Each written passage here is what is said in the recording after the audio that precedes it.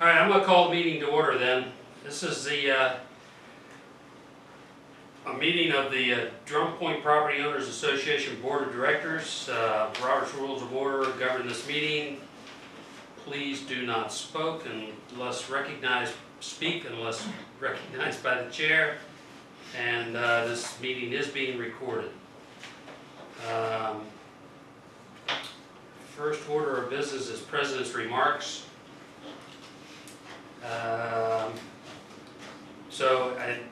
All I have is that it is budget time again, and I'd like to make that the top priority of this meeting tonight. I expect it's going to take a while, so if we can skim over the rest of the stuff, unless there's something urgent, I'd like to make the budget our top priority. You've all been provided with a draft of the budget and with the accompanying Word document from the Finance Committee. If I don't write it down, I won't get it right. The committee met a couple of weeks ago and agreed to make a few changes to the budget that the office had offered them. Subsequently, they have sent their approved budget on to us for our consideration. This process is essentially the same as it's been for many years, although there are some significant changes in this budget that we'll be going over. As a result of the work that the Finance Committee did, I made a phone call to the county Finance Department. I had a conference call with Tim Hayden and Robin Jones. Why do I have trouble with her name? And I gave them an outline of what our spending changes were going to be, and let me emphasize now, we're not changing the budget for the STD. That cannot be changed. But we can change the spending. And so I went over that with Tim and Robin, and they agreed to it verbally. So I followed that up with a memo of understanding, which he has replied to and is in concurrence with. So what you will see presented tonight is approved and in agreement with the county.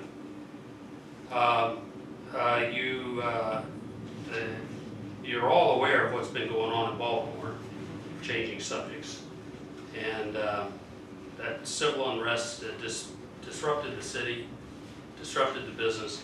It was terrible. Businesses burned. They're still trying to get back on their feet.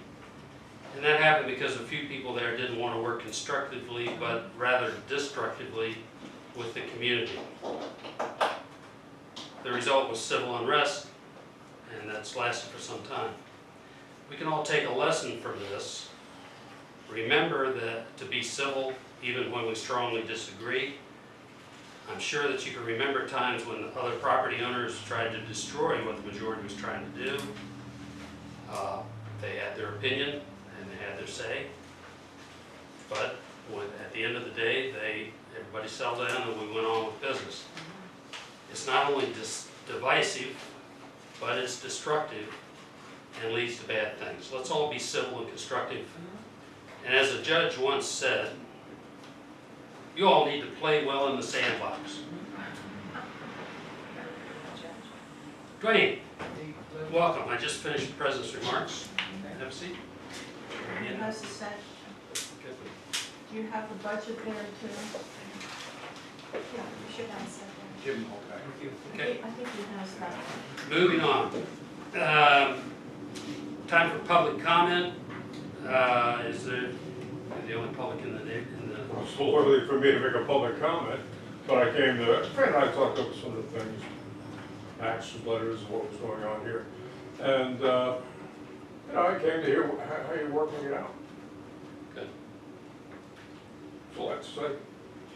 All right, moving on then. Thank you. First on the agenda is the approval of the minutes from the March 3rd, 2015 meeting. Do I have a motion? So moved. The second? Okay, any discussion, any changes? All those in favor of approving the minutes say aye. Aye. Aye. Any nays? Motion passes. Office update. Rita, short and sweet. Yes, short and sweet. Payments to date, I deposited, as of Friday, the 1st of May, $128,712 in collections. Approximately $88,078 will be posted to covenants. $40,427.50 is for the mandatory assessment. And there's $207 in there in recovered claims fees. I've been collecting over the past couple of months. We have 686 members fully paid, which is approximately 54% of the membership, or of the property owners. Getting there. Also, just a reminder, the newsletter deadline, we need to be processing it the first week of June, and so I need final input from anybody by May 25th. One final thing that I would like you to address, and I think you know this off the top of your head or have documentation. What is the STD carryover that we think we have? Approximately 111,000, and that includes, as of the end of March, it was 144 approximately thousand, and they dispersed 24,000 to us, plus we've committed 8,300 to ABM for that work that they'll be doing, which brings us down to about 111,000 available.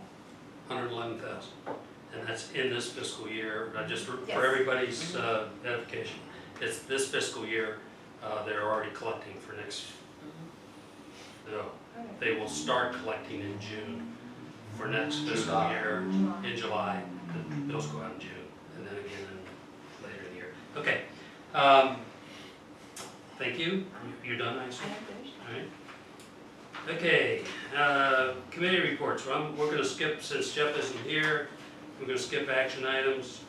Roads Committee hasn't met since the last report, so we're going to skip that and go straight to the budget. Amy.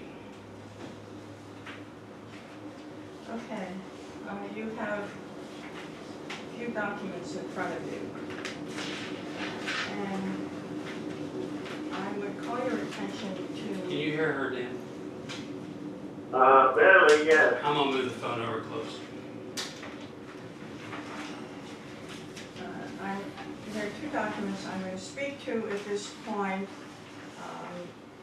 One is the May 5th yearly budget, and the heading says, DPPOA yearly planning budget dash includes STD funds FY 2016.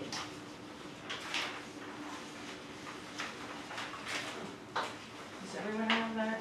Yeah. It's in That's the same thing as on here, isn't it? I think the numbers are the It same. should have the STD at the bottom, as STD carryover. That doesn't matter, the STD is not Anyway. part of this budget. So.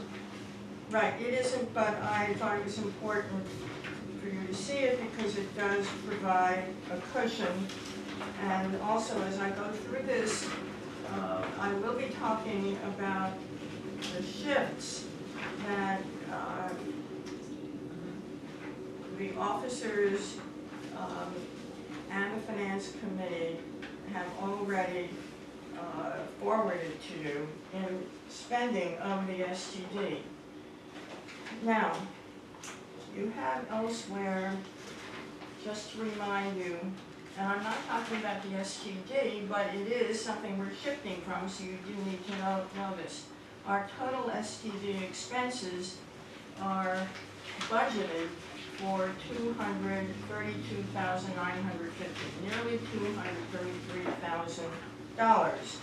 And that's a face value collection, assuming, as the county does when they put together the expense budget, that we get 100% compliant, that they get 100% compliance in collecting it.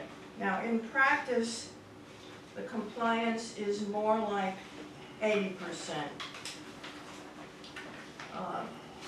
Now let's go to the real heart of this budget, and we're going to through the first page of this spreadsheet. In previous budgets, we assumed 85% compliance with the mandatory assessment of the covenant. We're being more conservative in this budget. We're assuming a slightly lower compliance across the board, everything, STD, mandatory assessment, covenant, of 80%.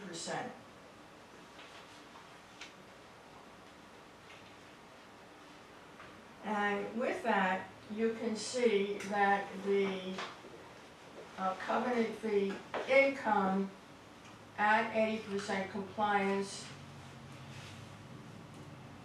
is expected to be Is it? Right here. higher than that. Covenant estimated collections, I have 120,000. There it is. That's Okay, right. good. The DPPOA mandatory assessment estimated collections nearly 52,000. That's at 80%. It's more conservative than you've seen in the past. Therefore, and the shore fund, we believe is going to increase above 7. This is on your sheet too. I have it, yeah. The shore fund, we believe, is going to increase above $7,000. It's sort of a grapevine, but $7,000 is what they sent us last year, and we're not going to put down an estimated increase until we actually see the money, and I don't think it's going to decrease. So that's what we're dealing with. So the total income, if you shift down, is below total funds available. There it is. It's $170,610 from Shore, DPPOA mandatory assessment, and covenant. So we're dealing with nearly 180,000 total income. Now this budget assumes that we're in the black. We're not trying to budget expenses beyond that income of about $180,000. And we have listed the other carryovers, which you can see, and I don't need to go into any detail at this point, but let me simply read them off real fast. Covenant carryover is what we have in the bank and estimated to be in the bank at the end of the fiscal year, nearly 40,000. It's 39,955. DPPOA carryover, the end of year balance forward estimated 17,560. We have a carryover of 8,921 of shore funds. So the actual total funds available are 264,285, which is more than what we expect to take in this year. This is a cushion, but we're not budgeting against the carryover. Why are these estimated carryovers? Why are we listing them? Why are they estimated carryovers? Because we haven't come to the end of the year, and we always estimate in advance of the end of the fiscal year. But these should be the carryovers, well, okay, all right. Thank You know. you. Okay. Now, Barry in his president's remarks pointed out that we can shift the spending of the STD. And many of us were present on several occasions when the county staff and some of the commissioners indicated that they really wanted us to aim toward about 15% admin costs in the STD, not 20 or 30% total admin costs. This year, since we expect to have a larger covenant yield than previous, we felt this was the time to start shifting admin costs out of the STD expense budget and into covenant and mandatory assessment expense budget. That's the change in spending Gary referred to. And the rest of this sheet in large print, 4/30/2015, it says budget considerations for FY 2016, goes through the shifts.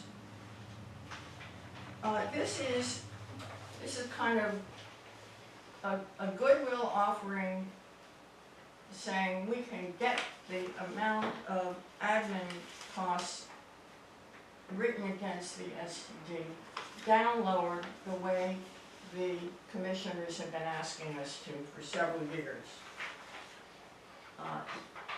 And so here we go. I said we're estimating 80% compliance for every funding stream. I said the shore income is budgeted at $7,000, and any more that comes will be gravy. Therefore, and you saw it, the total DPPOA collections, shore fund covenant, and mandatory assessment are $179,610. I'm repeating what's up there again. We also have told the community for some time that on the basis of expert advice and about 20 years of road experience, we believe that the optimum way of handling the roads is pay-as-you-go, which means heavy repaving or heavy repairing up to a mile per year of our 15 miles, so that in 15 or 20 years we'll have cycled through all of those 15.3 miles and the cycle can begin again. We're not planning to draw on reserves for road repair. We're doing it pay-as-you-go. Total admin costs are expected across the funding streams, including STD, expected to be $130,588.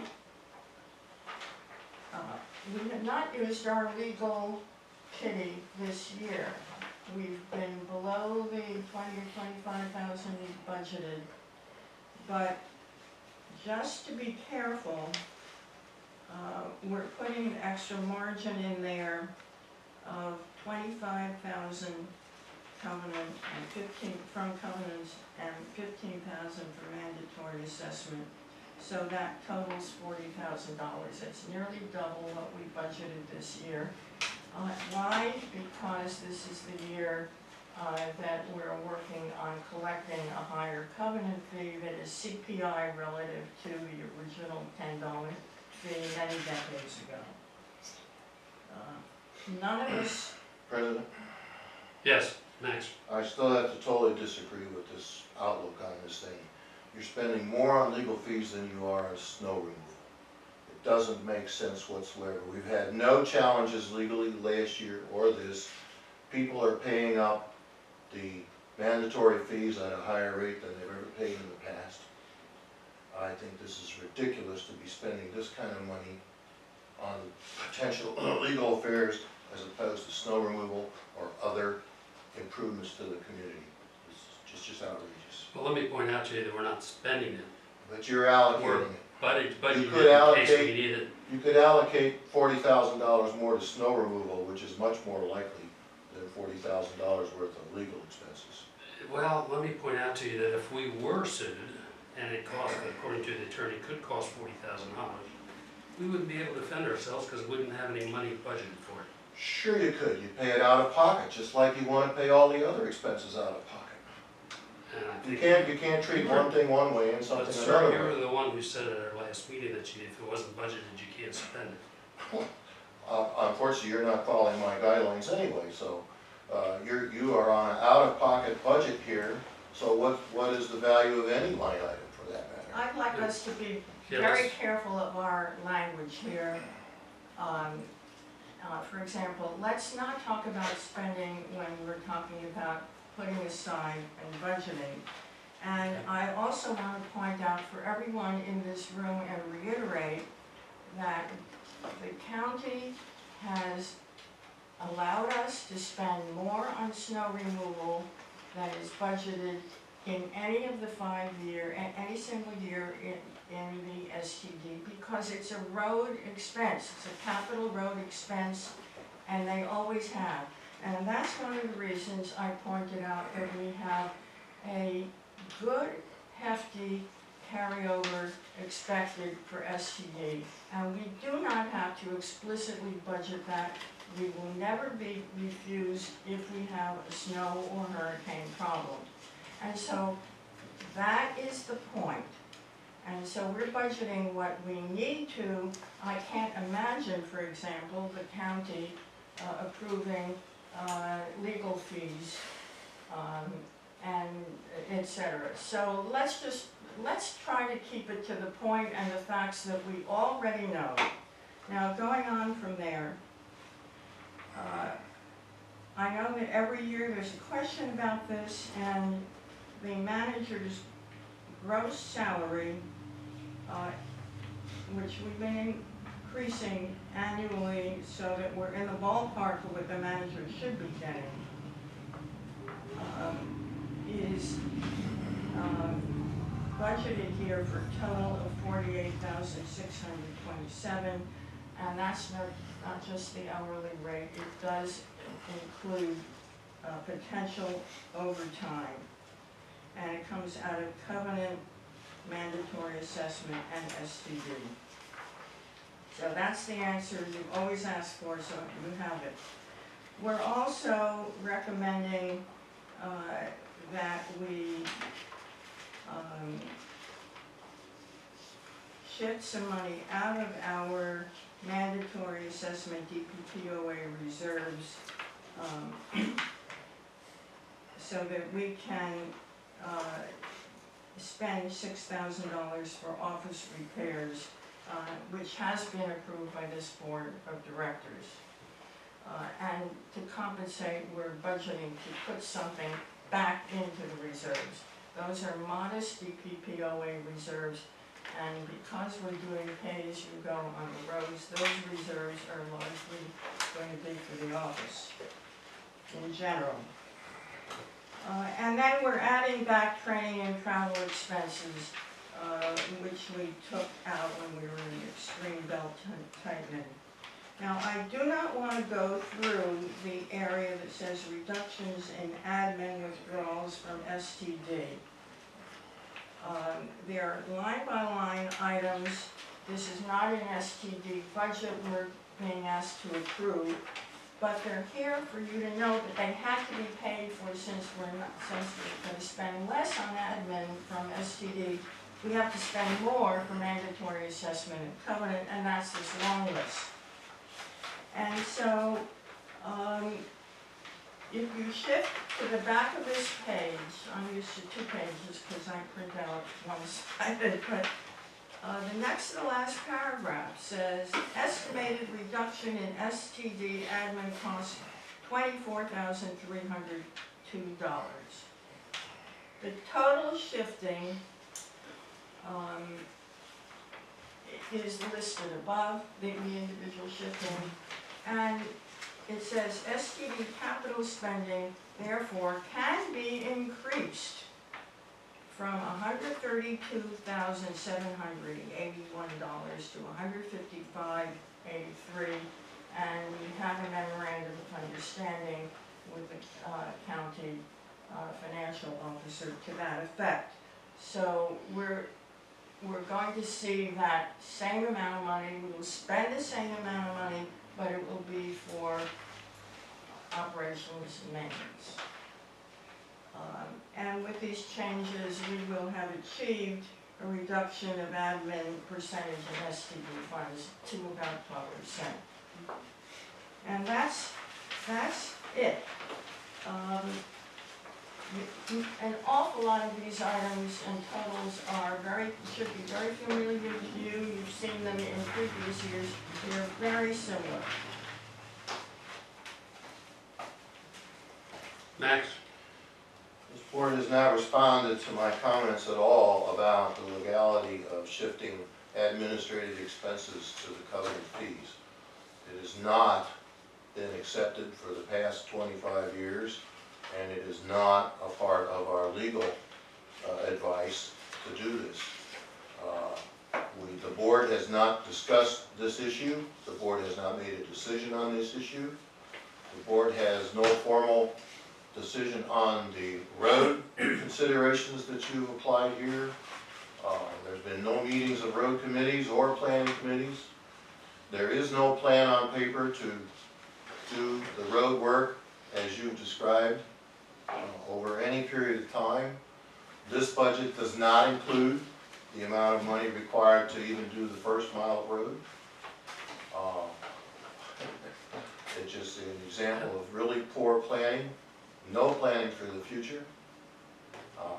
This is just a ridiculous approach.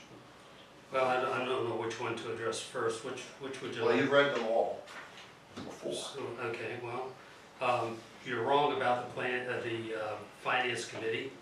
I mean, the roads committee. The roads committee did meet and brought forth a recommendation. You just apparently haven't read it, but the recommendation was brought to the board, and it recommends a pay-as-you-go thing. It's true that it wasn't voted on, but if this budget is approved, de facto it would be approved. If the other members of the board don't like this plan, they can vote down the budget, and we'll come up with something else. In terms of, let me see, what were your other points? Yes. At our last meeting, this board did in fact approve, Ms. Garrett specifically asked for it, and explained the same pay-as-you-go concept, which has already been explained many times in the newsletter, and to the board, and to the community meetings. But at the last meeting, this board approved us going out for bids on an estimated about $102,000 of repaving of some very vulnerable roads.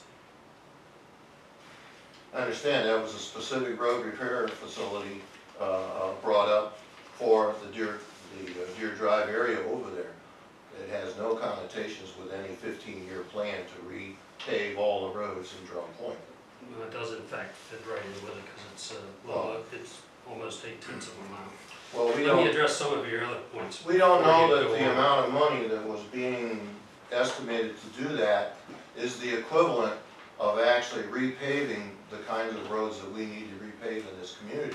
It was done as a specific repair to sections of the area of Deer Drive, not as a comprehensive Well, I repaving of the don't roads. think you can say that you don't know about it now, because it's been made It's never very been clear. explained to the board Well, meetings, it and just I've was. been at all the board meetings. So let me answer some of your other questions, Max, before you go on all night with the same things over again. You asked about the spending of administrative fees out of covenants. In fact, last year's budget had administrative fees budgeted in it. Which was, I objected to at the time, and it was left in. But it was voted for by, not only by the board, but by the general membership. It was, So to say that it it's was never been also done brought forth by the is treasurer last year. it's Who was you? disingenuous to say that when in fact it's happened already. That doesn't mean they approved the gross expenditure of some 35% of the Now, the facts are what covenant they are, fees Max. for administrative fees. You arguing the point isn't going to change it. The fact is, the general membership voted for this last year. They did not vote They did. specifically to They certainly spend did. covenant By fees. approving the budget, it was approved. So I'm going to ask you to stop talking about that now, because it's unenforceable. I've had enough. You can take my resignation from your board right now. I'm off the board. Are there any other questions about the budget? Any discussion? Is there any clarification that anyone needs at this point? Yeah, I'm sorry that Max acted that way, but the fact of the matter is, all of the points that he has brought forward in his writings, I have answers for every one of them frankly, there's only one of them that had any traction with me, and that was that the planning committee never met. And the reason the planning committee never met was there wasn't a change in the strategic plan, so there wasn't anything to discuss. I'm sorry that Max feels the way he does.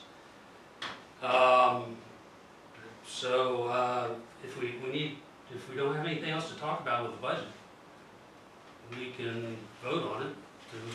What's the pleasure? Need a motion. What's the pleasure of the board? I don't feel right making a motion. We have to approve the budget. Can I make a motion to approve my own treasurer's budget?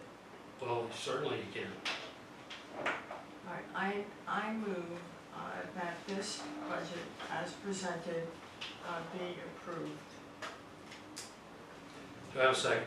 I'll second. Any further discussion about the budget?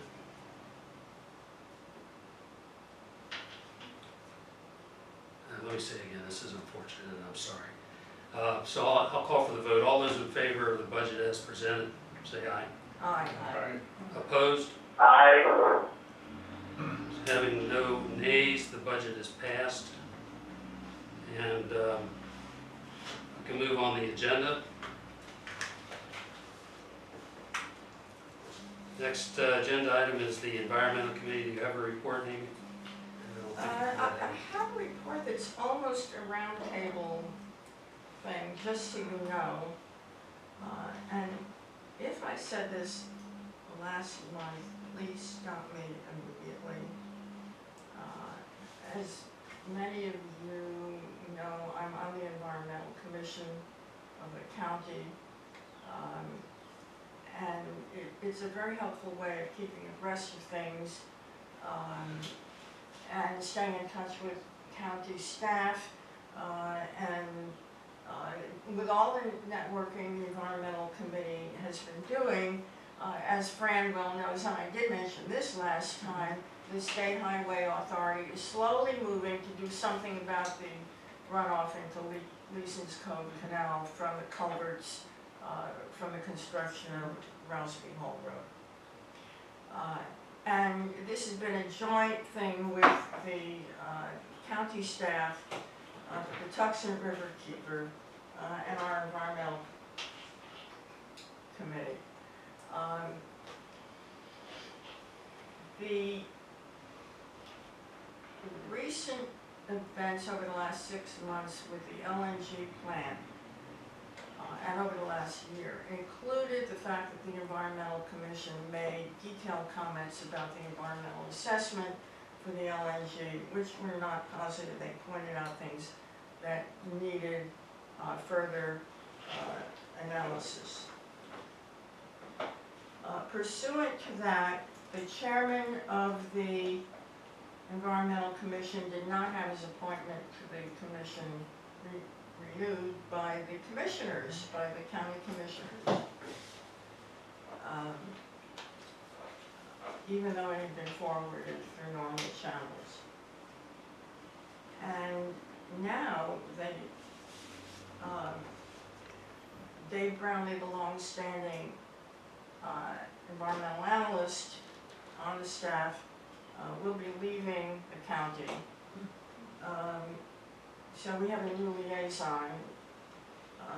And in addition to that liaison, the head of planning and building stays through every single minute of every meeting. So that's sort of roundtable. So I hear, I see these high-level people every time I go here once a month. And the Environmental Commission is going to have a planning retreat May 30th. So I'll probably give you another report about that. And that's my report. Okay, there are no other committee reports. Did you want to say something? Dave Brownlee's leaving. Apparently. So we're on to old business, and old business is the beach gate. We, last meeting, we decided we'd leave it open until we decided it shouldn't be left open again. So unless we change something, it'll stay open. Have we had any feedback from the beach people, the gate people, or anybody? No, no problems. So what do you think, we should just leave it like it is until we hear something? Wait, I mean, didn't you, you come up with a way of mounting a proper lock on the gate? Did you put that? Did you I was able to jerry-rig something to be able to lock the gate properly, which required modifying some parts, making some parts, but it's done. Is it, It can be locked. but We it's, but it's were never using a locked? bicycle chain before the lock. Are we ever locking it? No, it's being left open. That's how we left it last time. So it's been all of February and March that it's been left open. And unless, I'm sorry, March and April. Unless we do something tonight, then it'll stay open to our next meeting, yes. I seem to remember in our previous discussions, which were at least 2 board meetings at some level, that coming up on summertime, we would feature this as one of the old business items in a board meeting, and try and make sure that we alerted people who live in the immediate vicinity, make sure they're at the board meeting. And I would hope that we do this for our June 2nd board meeting, just so we have a full complement, you know. We will have gone through one weekend. Make it so.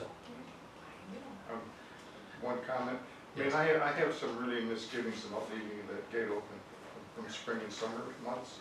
I witnessed what happens down there when I was president of the Drum Point Club. I don't think we should leave simply open access to the beach. I think we should maintain control over that for the sake of, fires, whatever. And I think we should begin to think about locking the gate at those times. Okay. Kurt, is that a motion? You'd like to start that now? Okay, I'll move that. I think with that, that we begin to lock the gate and ask the residents who've been good enough to lock the gate in the evening to go ahead and do it. So. Good. Do we have a second? I'm willing to second it if you're willing to put a date on the date of locking. Well, let's just make it. We can't make it May 1st. So why don't we make it by May 15th? Fair enough. Okay. So I lock it second up. that. Second that, okay. Discussion, I'll start off the discussion by saying, I think it's probably appropriate to lock the gate. I am worried, even though we have cameras, the cameras unfortunately, they catch everything that happens down there. So, it's just so anybody's watching, we want to make sure you know we're watching. Pretty good stuff going on down there. Yeah, it's interesting, but even with that, people will do things that are inappropriate. And especially at night when it's dark, even though those cameras work great at night. I think it's probably appropriate to lock. We did have, I'll remind everybody, we had a meeting with the sheriff, and they're going to be doing more patrols, but and they will have the code to unlock that gate to go in if they deem it's appropriate. So I think it's a good idea to lock it up, certainly before the summer.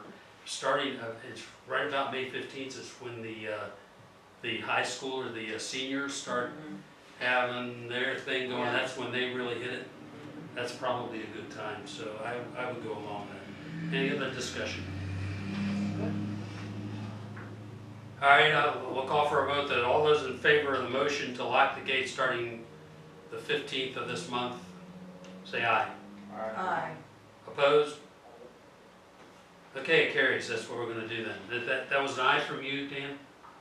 Yes. Thank you. I thought I heard. What hours are we talking about? Well, it closes at 8 This time of year. this time of year, and 8 in the morning. I think it's 8 in the morning. 8 to 8. If we want to change that, we can talk about that. I'm only thinking of, if in the summertime, if it's not getting dark until 9 o'clock, we may want to give people a chance to stay on the beach until dark, Do we wanna give people a chance to stay on the beach if it's a little bit later than dark and they have grills set up and they wanna do hot dog? I mean, do we need to consider having the beach open in the summertime during longer daylight hours? You have some input on that? That's been discussed in the past because people have wanted that. But I think the issue with it is that the volunteers are volunteers. And a lot of them are older, and I think by 9 o'clock at night, probably many of them are not wanting to, I wasn't gonna say that. You know, I've also. Not wanting to venture out. I've heard plenty of stories from those folks when they go to lock up and there's people, you know, there's a family down there, they get in the space to be able to finish up and not, they don't just Now, run. if they go down at 9 and there's a family, then it's like space to finish up, now it's 9:30. I mean, you know, we're with 8, then that leaves I that just wanted to ask a maybe question. wiggle room. whether we It's a good consider point. that. It is a good That's a good point. It is a good point. And maybe this isn't the right time, but I'll point out that a property owner approached me and wanted to build a pavilion down there. Said he would pay for it. Build a pavilion. And my response to him was, well, a pavilion would be nice. Why don't you bring a proposal to the board? Well, this was last year. We haven't had the proposal yet, but I can see all sorts of issues. It is in the critical area.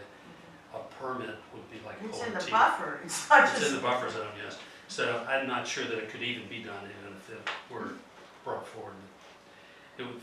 It's a nice beach. It's not huge, but it's nice, so. Okay, moving on. One quick question on that pavilion Yeah, and any other type of structures.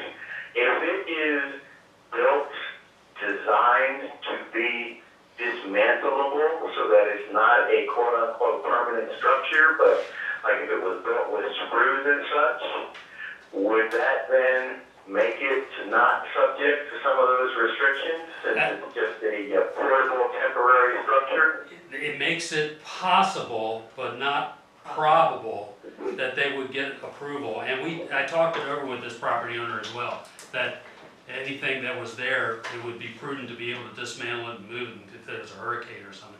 Otherwise, it'll be, you know, up in the lake there. But we don't have anything brought forward anyway. I probably shouldn't have brought it up. So, okay. Next meeting, is there any new business? So we have nothing on the agenda. Does anybody have anything? I did have one other quick question. Sure. Did I hear Max saying that he was resigning from the board? yes. He said that was his resignation. Yes, that's what he said. Well, I would submit that we should ask for something in writing before the board accepts it. Okay, I would, yes, you know, generally speaking, we don't accept verbal resignations. I mean, it's a heat of the moment type thing. If he really wants to resign, I'm sure he'll send us an email or a letter. I personally wouldn't accept a verbal resignation. So that's where I'm coming from. Okay, next meeting would be the Second. 2nd of June. Is that okay with everybody? That gives us enough time Possible to get, that I may have to be up here in New York again. The jury is still out on that. So when I know, I'll let you know. Very well. Thank you. thank you for joining us tonight. Any further public comment? Well, on this thing with somebody resigning, you might send out a ticket to Max. If you are serious about resigning, please send us an email to that or a letter. Good idea. That's a good idea. I've got a lot of experience. That's my husband, he's very smart, let me tell ya. That's why you married him. Yeah. I got it. I'll entertain a motion to adjourn. He's from New Jersey, that's So why. moved. Okay, we're adjourned. Thank